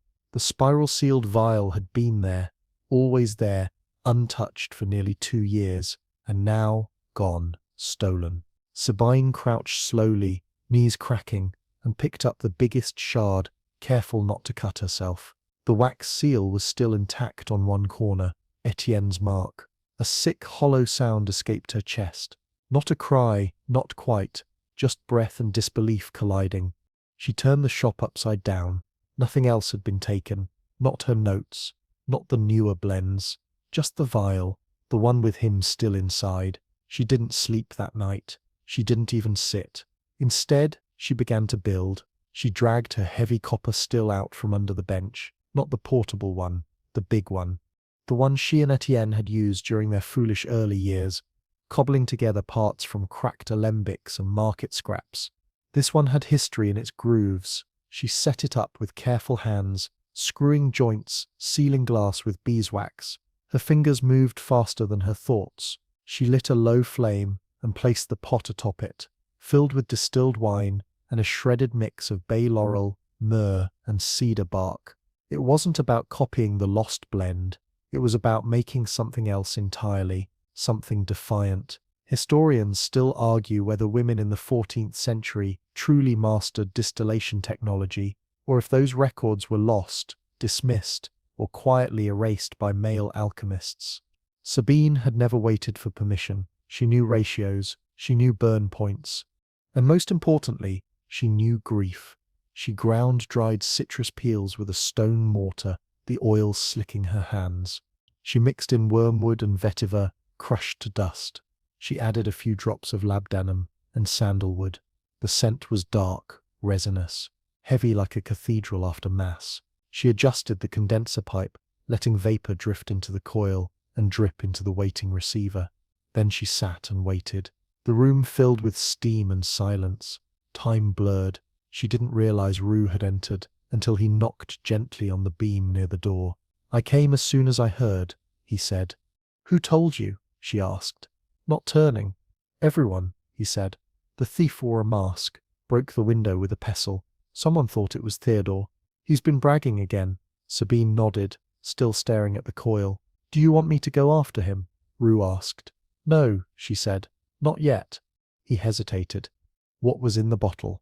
Something unfinished, she said. And now, something dangerous. Rue stepped closer, eyes on the bubbling flask. You're making a new one? I'm making a message, she said. For whoever has the old one. She stood and approached the receiver. The first few drops had condensed, oily, dark, complex. She uncorked a small vial and poured it in. Then she sealed it with red wax. Labeled it, Distilling Defiance. Quirky fact, in certain fringe apothecary circles, it was believed that when a perfumer distilled oils while angry, the final scent would carry the fury forward. Some claimed it was dangerous to bottle while mourning. Others swore it gave the blend power beyond its ingredients. Etienne had never decided which side he was on. Sabine didn't rest. She made 5 more vials that night, variations on the same formula, each with different top notes. One carried rose, one had the faint sting of pine, another held only smoke and silence. Each one told a part of the story she couldn't say aloud. By morning she packed them carefully into her satchel wrapped in old scraps of Etienne's notes. She left the shop just before dawn. She didn't lock the door, not because she had given up, but because there was nothing left inside worth stealing now, only ghosts. The basilica bell tolled once. Low and slow, Sabine passed the market without pausing, turned down the alley by the dyer's quarters, made her way toward the south gate, where the road opened toward the hills, toward the next clue. But at the edge of the city she saw a shape waiting, robes, rosary beads, lavender, the friar. He stepped forward calmly, as if this were a stroll and not an ambush. "I heard," he said, "someone took your work." She said nothing. "I also heard that same someone tried to replicate it last night and collapsed." That got her attention. "Who?" she asked. "The apothecary." "The flashy one." "Theodore," she muttered. "He's in the infirmary," the friar said. "Fever, hallucinations. His assistants swear he opened your vial, tried to recreate it. Drop for drop." Sabine's stomach turned. "Then he's dying." The friar raised a brow. "Do you hope he is?" "No," she said. "Honestly, I hope he lives." "So he knows it wasn't his to take." The friar nodded. "Where are you going?" he asked. "To find the person who understood the symbol in the spiral," she said. "Someone named Marianne." He looked down the road, then back at her. "You'll be alone." "I've always been alone," she said. He surprised her then. He pulled a small object from his pocket, a folded scrap of parchment. "I found this tucked into a psalter," he said. "It wasn't mine. I think it was meant for you." Sabine unfolded it. Etienne's handwriting. Just 2 words. "Distill everything." She closed her eyes, then she opened them. "Thank you," she whispered. The friar stepped aside, and Sabine walked past him into the rising light, with 5 vials of defiance at her hip, and the echo of her lost love tucked beneath her ribs like a match waiting to strike. It was the oil that shouldn't exist. Sabine didn't realize it at first. When the final drop fell from the coil and the scent hit her, she simply stood still, unsure whether she'd made something or accidentally remembered something. It was both familiar and foreign, sharp and soft, like holding a letter from someone you loved written in a language you didn't speak, but still somehow understood. She'd distilled it 2 nights ago in the stillness after the fire. One of the defiance vials. Yes, but this one had gone wrong, or right. It hadn't followed the formula. She had intended basil and cedar as the base, but the basil had browned too fast, and the cedar had overpowered. In desperation, she'd reached for a bottle she'd sworn never to use, a dark blend left behind in one of Etienne's travel kits, buried in the satchel pouch she'd sewn, and she'd found only recently. She'd added a single drop, just one. Now, the oil glowed amber in the flask, and the scent, it was as if heartbreak had bloomed. She uncorked the bottle and inhaled, her breath caught. Warm citrus, grapefruit, but twisted with vetiver, wood smoke, and something faintly honeyed. Not floral, not herbal, not animalic. It hovered in a category of its own. Elusive, dangerous. She hadn't known Etienne was working with grapefruit. It didn't grow easily in these parts. But this note was unmistakable. And yet, something else lingered beneath it. Something she couldn't name. She held the vial to the morning light. It shimmered like sunlight, through aged glass, flickering gold and brown at once. Sabine labeled it, the oil that shouldn't exist. Historians still argue whether perfumers in the Middle Ages ever stumbled onto molecular-level combinations that modern chemistry wouldn't officially name for centuries. Of course, without precise distillation, reproducibility was unreliable, but now and then, so the stories go, a blend emerged that behaved like prophecy. She tucked the vial into her traveling kit and made for the outskirts of Albi. The village clung to the hillside like it was afraid of slipping into the river below. Crooked roofs, moss-covered stones, a chapel half collapsed and covered in ivy. She could smell the beehives before she saw them, somewhere behind the houses, guarded by a low stone wall and swaying lavender stalks. This was where Marianne was supposed to be, a woman Etienne had once called the only person I trust with secrets I can't decode. Sabine knocked at a door framed in grapevines and flaking red paint. Nothing. She knocked again, louder. Finally, it opened. Slowly, a woman in her 60s stared at her with sharp, sun-lined eyes and a fistful of time. Her apron was covered in pollen. Her hair was grey and wild, braided in loops like a crown. "You're too late for honey," she said. "I'm not here for honey," Sabine replied. The woman narrowed her eyes. "You smell like anger and basil. I'm looking for someone named Marianne." The woman raised an eyebrow. "He said you'd come." Sabine blinked. "Who? You know who." She stepped aside and let Sabine in. The cottage was small and warm, filled with drying herbs and open windows. Bees moved lazily through the rafters. There was no bed, only a wide table with a wool blanket folded at one end. Books and satchels lined the shelves, and on the far wall, scrawled in charcoal, was a spiral. Etienne's spiral. "He left this?" Sabine asked. Marianne nodded. 3 months ago. Fevered. Rambling. "He brought vials, notes. Wouldn't eat. Kept repeating something about a formula that could trap a person in scent." Sabine's throat tightened. "Where is he now?" Marianne looked at her, gaze softening.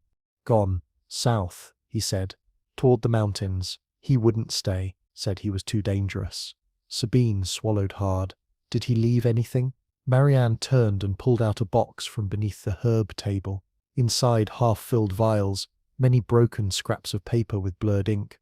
One small bottle labelled in Etienne's handwriting, "Consolation in case of failure." Sabine uncorked it. The scent was unmistakable. Warm cedar, crushed basil, but hollow, like an echo. "He was close," she whispered. "Closer than he thought," Marianne said. "And now, so are you." Sabine reached into her satchel and pulled out the oil that shouldn't exist. She uncorked it. Marianne inhaled, then froze. "You finished it." "I didn't mean to." Marianne turned away and began searching through her cupboard. She retrieved a battered parchment, one Sabine recognized instantly, Etienne's original formula, the one from the spiral-sealed vial. "Is this the final version?" Sabine asked. Marianne shook her head. "He said it wasn't complete. Said the last ingredient had to come from grief. Real grief. Quirky fact. A rare perfumery theory from the time claimed that emotion could alter the energy of a distillation. Called the soul effect by a few mystics. It suggested that oils prepared during intense emotion could carry unseen properties. Most dismissed it as nonsense. Sabine now wasn't so sure. She looked again at the oil. It shimmered still. "Whatever this is," she said, "it wasn't just chemistry." "No," Marianne agreed. "It was a goodbye." Sabine carefully resealed the bottle. She had found the blend, but not the man. The friar returned with the storm. Thunder rolled low across the valley as Sabine descended from Marianne's cottage, the vial of impossible oil secured in her satchel like a relic. Rain slapped against her shoulders, but she didn't care. Her boots squelched in the mud. Her cloak, once sage green, had darkened to the color of grave moss. She wasn't running. She was following the spiral, the scent, the promise. But halfway to the road, there he was, standing beneath a cedar tree, robe-soaked crucifix gleaming wet against his chest. The Dominican friar waited with the stillness of a carved saint. Sabine stopped, rain streaming from her hood. "You again." "I said I might return," he said. "And I said I might be gone." He stepped forward, eyes unreadable. "You found it. The blend." She didn't deny it. "I can smell it on you," he added, "like memory wrapped in smoke." Sabine said nothing. "I have an offer," he continued, "from the abbey." She raised an eyebrow. "I'm not in the mood for ecclesiastical negotiations." "They'll shelter you," he said, "fund your work, protect your formula, but only if you give them exclusive access." Sabine laughed once, sharp, cold. "Ah, the holy business model." He didn't flinch. "This isn't commerce, it's survival. Do you have any idea what that oil could do?" "I know what it could do," she snapped. "It could give hope where there was only rot, or be twisted into something worse." He looked down, as if shamed, but it didn't last long. And if it falls into the wrong hands? He asked. It already did, she said, and it nearly killed him. Theodore's face flashed in her mind, pale, drenched in sweat, babbling nonsense from a sickbed he'd crawled into after trying to reverse engineer what she'd spent years making in grief. His assistants say he's recovering, the friar said, as if reading her thoughts. But he doesn't remember what he smelled. Good, Sabine muttered. The friar stepped closer, lowering his voice. The church can protect your work. Use it for healing, in every abbey infirmary, every leper's quarter. No, she interrupted. You'd let it disappear? He asked. Fade away with time? I'd rather it fade, she said, than become a weapon. The wind howled, rattling branches like bones. He exhaled slowly. You've changed. No, she said. You just thought I was someone else. He opened his satchel and pulled out a cloth bundle. Take this at least. She hesitated, then accepted it. Inside, beeswax candles, a clean vial and a note, unsigned. Just 5 words. He was last seen near Lourdes.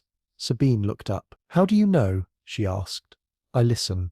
She stared at him for a long time. Then she nodded once. Thank you. As she turned to go, he called after her. If you need sanctuary, the gate will be open. She didn't reply. Historians still argue whether religious orders of the Plague era were sincere in their support of alchemists and herbalists, or if their offers of protection were little more than veiled attempts at control. Some perfumers were canonized in local legend, others vanished after accepting abbey patronage. Sabine had no desire to vanish. She followed the river path, winding through pine forests and crumbling stone outposts. The scent of the oil in her satchel was maddening, like carrying a whisper in a bottle. She had to stop herself from opening it every few hours, just to breathe it in again. Marianne's words echoed in her mind. It was a goodbye, but it hadn't felt like an ending, more like a warning. And now she knew where to go.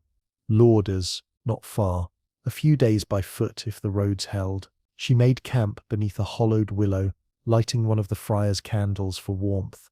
It sputtered in the wind, then steadied. She pulled out her notebook and began sketching scent maps, noting what wild herbs she passed each day. Rosemary in the foothills, violet clusters near stream beds, wild thyme with blooms like small purple fists. That night, she dreamed of Etienne again. But this time, he wasn't young. He was older, thin, wearing a patchwork cloak of stitched herbs and threadbare linen. He stood beneath a weeping tree, holding out the spiral bottle, but it was empty, bone dry. When she reached for it, he stepped back and said, You finished what I couldn't. She woke with tears in her ears. Quirky fact. Some medieval perfumers believed scent could carry not just memory but intention. A blend created during despair might encourage calm in others, but never joy. It was said the emotion of the maker forever colored the oil. Sabine believed it now. She packed up her things and moved on. On the second evening, she reached a small hamlet, nearly abandoned. A single light burned in a window. She approached and found an old woman tending a sick child, fevered, rasping. Sabine knelt beside the boy and reached for her satchel, then paused. She looked at the vial, the oil that shouldn't exist. Could she use it? Could it help? Or would it echo only her grief? She unsealed it. A single drop, onto a cloth, placed under the boy's nose. He stirred, breathed deeper, sighed. She stayed the night, sitting by the fire, watching the boy sleep. By morning his fever had broken. The old woman clasped her hands. What was in it? Memory, Sabine said. And mercy. She left without asking for anything, and kept walking, toward the mountains, toward the spiral, toward the truth. The door creaked open like it was ashamed to do so. Inside the cottage the air was heavy with a strange mixture, cinnamon, damp wool and beeswax, but also something sweeter, almost clean. Sabine stepped over the threshold cautiously, each boot print pressing into the wooden floor as if stepping into someone else's memory. The woman on the bed was propped up with pillows, her face pale and drawn thin as paper. Lace cuffs rested limply on her wrists, stained with rosewater. Her eyes fluttered open at the sound of footsteps, but didn't focus immediately. Madame de Renaud, murmured the midwife who had brought Sabine here. She's waited. Sabine said nothing at first. She simply approached the bedside, eyes drifting to the vial that sat beside a silver hand mirror. A half-used blend, Sabine recognized instantly. Neroli, labdanum, a single drop of her rose and thyme formula from 3 winters past. She hadn't made that oil for public sale. She'd given it to a midwife, quietly, for private use, never knowing it had reached the hands of a noble woman. The woman smiled faintly. "You're not what I imagined." Sabine folded her arms. "That depends on what you imagined. I thought you'd wear more black," Madame whispered, "and perhaps have fewer calluses." Sabine allowed a twitch of a smile. "That's fair." The midwife backed away, sensing something intimate was unfolding, and closed the door behind her with a soft click. "I wanted to meet you," the noble woman continued. "Before I go," Sabine nodded. Not asking how soon go meant. She had heard it in the rattled breath, the hollow beneath the skin. "I used your oil yesterday," the woman said. "I hadn't smelled anything like it since him." Sabine tensed. "Him? My husband," she said. "Etienne." The room reeled. Sabine felt her knees go weak but refused to sit. Madame de Renaud's gaze drifted to the window. "He was never mine. Not really. We met late, after the war. He was tired. I think he loved someone else. Always. But he still wore her scent." Sabine barely breathed. "I asked him once," the woman went on, "why he smelled like cedar and basil and sorrow. He said it was a perfume made by the only person who ever understood him." Tears pricked Sabine's eyes, but she blinked them back. "He left," the woman said. "He told me he was going to finish something, that he had to. He left me a bottle. This one." She gestured weakly toward the bedside table. Sabine reached for it, fingers trembling. Not the spiral-sealed vial, but something like it, labeled in Etienne's hand for forgiveness. For her. Sabine held it as if it might crumble. "I don't know what he meant by it," the noble woman whispered, "but I think it was meant for you." Sabine uncorked the bottle. The scent hit her like a bell. Lemon balm, old sandalwood, and a trace of her own rose blend, but altered, softened, shaped by someone else's longing. It was his apology. She clutched it to her chest. Madame de Renaud sighed. "He never came back, but he told me he didn't regret loving her." Sabine closed her eyes. "I was her," she said. "I am." The woman nodded. "I know." They sat in silence, one at the end of a life, the other holding what was left of a love that had taken too long to return. Historians still argue whether personal scent blends, those not meant for sale, carried meaning beyond their notes. Some suggest lovers marked one another through scent alone, crafting olfactory codes in a time when letters could be intercepted and names could be erased. In Sabine's hands, the proof was undeniable. She stayed with Madame de Renaud until the candle guttered low. The noble woman did not speak again.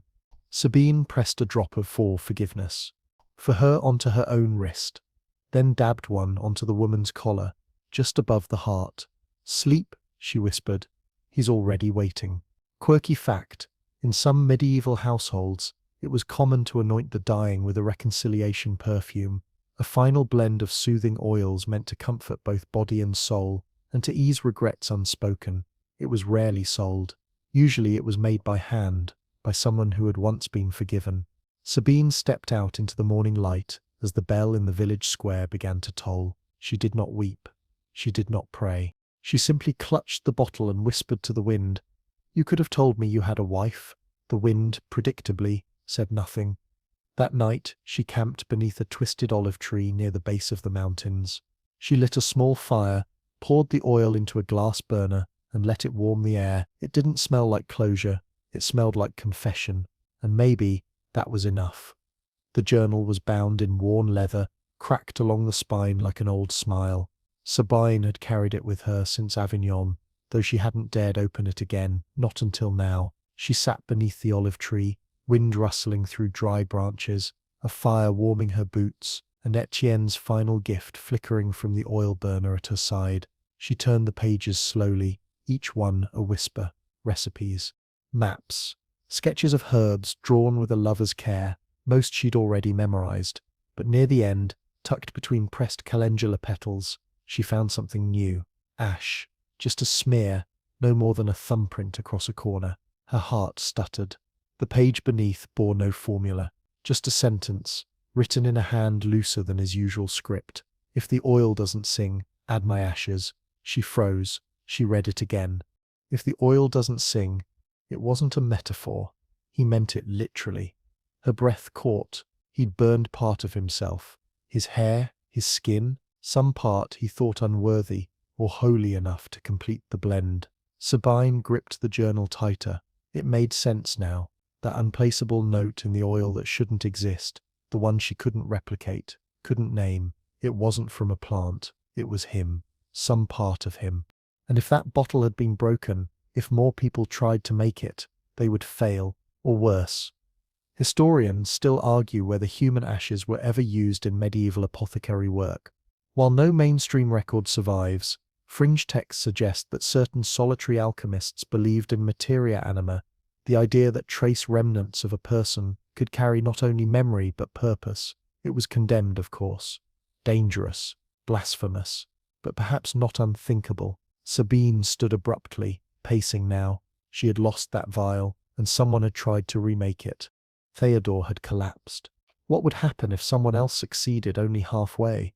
What if someone commercialized it? What if? No, she had to find what remained.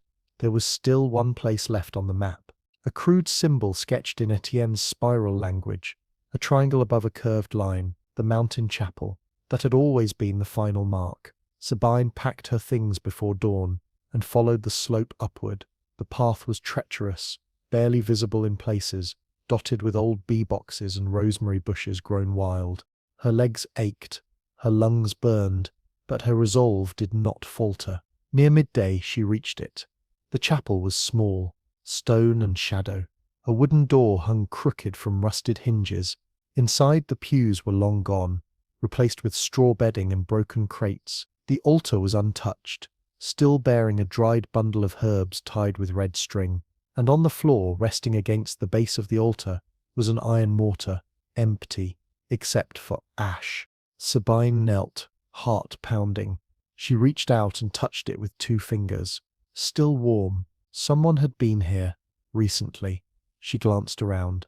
Nothing moved but the dust. In the corner, half hidden beneath a broken crate, she found it. Etienne's final vial, labelled in familiar script. Ashes in the mortar. Her breath caught.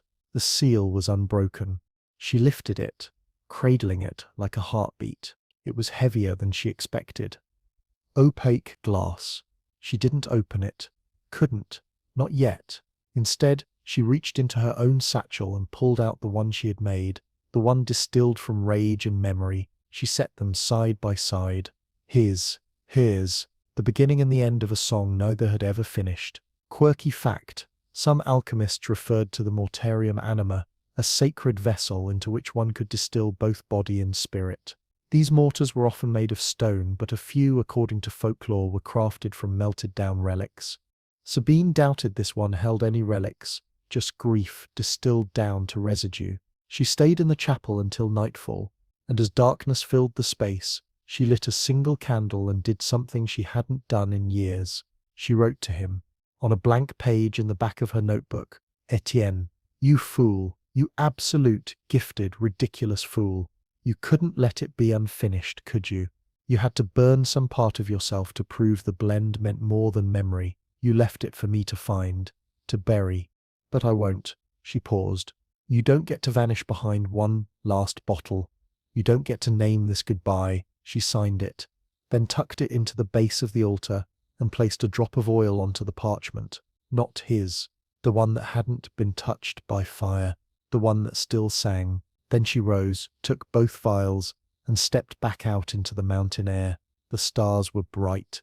The wind was cold, but her hands were steady, and at last she knew what had to be done. By the time Sabine reached the river, her cloak was stiff with salt and wind. The vial labelled ashes in the mortar pressed against her ribs inside her satchel, its weight far heavier than the glass suggested. She walked without stopping, retracing Etienne's steps in reverse. Each herb along the roadside had become a cipher. Each breeze felt like breath on the back of her neck. She was heading east now, toward the convoy. They met in secret. Apothecaries, healers, midwives, and outcasts. A caravan of the stubborn and the damned. Their wagons were marked with false icons, fishmongers, wine merchants, tanners, but everyone knew what they really carried: remedies, tinctures, oils, and rumour. The convoy moved between quarantined towns, slipping through shadowed roads at dusk, delivering comfort to those abandoned by the official orders. No papal decree sanctioned them, no abbey blessed their work, but they healed, quietly, bravely, illegally. Sabine had sent word to them weeks ago, before she'd even found the map, before the spiral had drawn her back into the scent of loss. She hadn't been sure she would still go, but now she had something to protect and something to deliver. She found them camped in an olive grove, 5 wagons in a tight crescent, fire flickering low in the center. A woman sharpening a bone-handled blade looked up as Sabine approached. "You're late," she said. "I'm precise," Sabine replied. The woman grinned. "You brought what we asked." Sabine pulled out 4 of her defiance vials and passed them over. Tested. Balanced. "Should hold through damp and cold," she said. "Bless you," the woman muttered, tucking them away. "People are losing faith in vinegar and thyme. They want something new." Sabine sat beside the fire. She didn't offer more. She didn't need to. The others filtered in, one by one. A man with soot under his nails, a girl with a pouch of hawthorn slung across her chest, and finally, an old apothecary Sabine recognized from her childhood, Martel, who had once scolded her for overclothing a blend of yarrow syrup. "You smell different," Martel said now, sinking beside her with a grunt. "I am," she replied. They exchanged no further pleasantries. There wasn't time for that kind of nostalgia anymore. "What's in your satchel?" he asked later. As the fire burned lower, Sabine hesitated, then pulled out the spiral-sealed vial, not hers, his, the one that should never have existed. She passed it to him. Martel sniffed once, then twice, then held it away like it had burned him. "This isn't yours," he said. "No," Sabine said. "It was Etienne's." Martel nodded slowly. "The blend they all whisper about, the one that changed him. He put himself into it," Sabine said, not metaphorically. "I found the ash." Martel whistled low. "He never did things halfway." "No," Sabine said. "Neither did I." She produced her own version next, the one she'd made beside the mountain chapel. It had no ash, no grief but her own, but it carried strength, distilled defiance. She passed that one to him too. He sniffed and smiled. "This sings," he said. Sabine exhaled. "Can we use it?" he asked. "Yes, but only this one." She gestured at Etienne's vial. "These stays sealed. Always." Martel didn't argue. Quirky fact, during plague years, secret convoys often used scented signals to identify safe houses and drop points. Lavender was for quarantine zones. Peppermint meant medicine inside. A strange one, marjoram soaked in oil, meant this road is watched. Sabine, ever the innovator, had chosen vetiver and clove as her convoy signature, strong, grounded, and impossible to forget. Later that night, she walked the perimeter with Martel, marking trees with scent-soaked cloth. "You know," he said, "some of us think he did it on purpose." Sabine stopped. "What?" "Etienne, that final blend. Some say he wanted you to find it, to finish it." Sabine looked away. "I don't care," she said. "I'm not making it again." "No?" he said softly.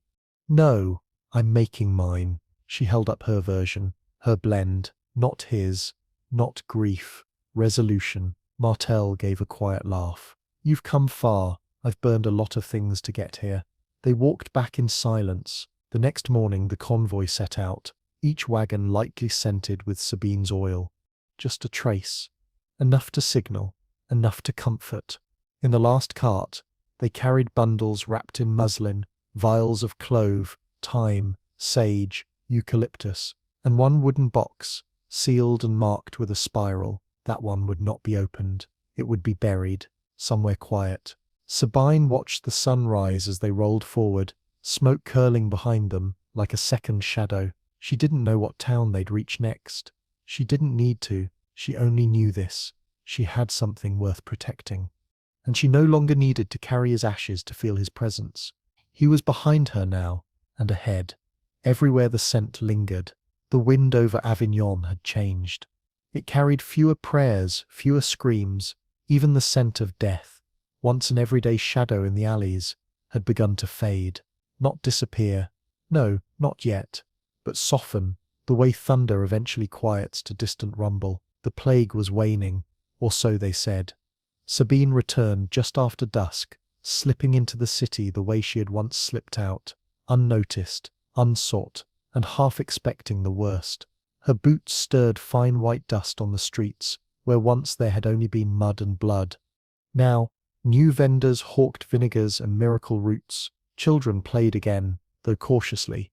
Windows stood open, cautiously, as if the air had forgiven them. Her old shop waited like a memory she hadn't dared revisit. The door still bore the faint outline of the word someone had once carved into it, sorcier though the rose paste had dulled it to a ghost. No one had repainted it. No one had broken in again. Inside, it smelled of dust and dried lavender, and something else. Not rot, not fear, just absence.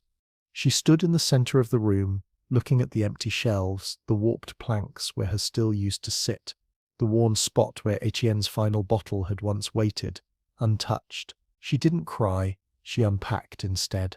From her satchel came her new tools, her new blends, a small copper burner, a few sealed vials of distilled defiance, and one labeled for forgiveness, for her. She didn't bring back the spiral-sealed vial. That one had stayed with the convoy, locked in a wooden box, buried beneath a cedar tree marked with rosemary, not burned, not sold, just buried, where it belonged. Sabine had returned to Avignon for one reason: to leave a final message. She dipped her pen in walnut ink and wrote a single note in her firm, looping script. To those who enter this place seeking magic, there was never magic, only memory, only chemistry. And sometimes, if you're very quiet, the two will whisper together. She folded the note and placed it on the counter, beside a small vial of her final blend, labeled Avignon's Final Breath. The blend was simple: juniper for clarity, frankincense for the weight of history, and a single drop of the oil she had made on the day she left Etienne's last vial behind, the one that no longer smelled like loss, just remembrance. Historians still argue whether the final months of the Black Death truly marked a turning point in European science, or whether that's just how we like to frame it, triumph over chaos. But records show a shift, more notations, more skepticism, more experimentation. Maybe, just maybe, people started believing in things they could measure, rather than fear. Sabine lit a single candle in the center of the room and waited until it burned low. She wasn't staying. Avignon had been her crucible, but she was no longer an apprentice of grief. She had distilled everything she could from the city's silence. Outside, the wind stirred again, lifting her hair. She stepped into the street, cloak gathered tight, her satchel lighter now. A group of children skipped past her, singing a song about vinegar thieves and garlic charms. She smiled faintly, not because they had it right, but because they remembered.